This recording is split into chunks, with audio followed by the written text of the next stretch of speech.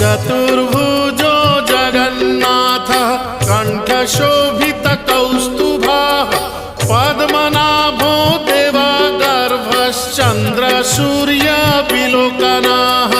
जगन्नाथो लोकनाथो नीलाद्रीशः परो हरिः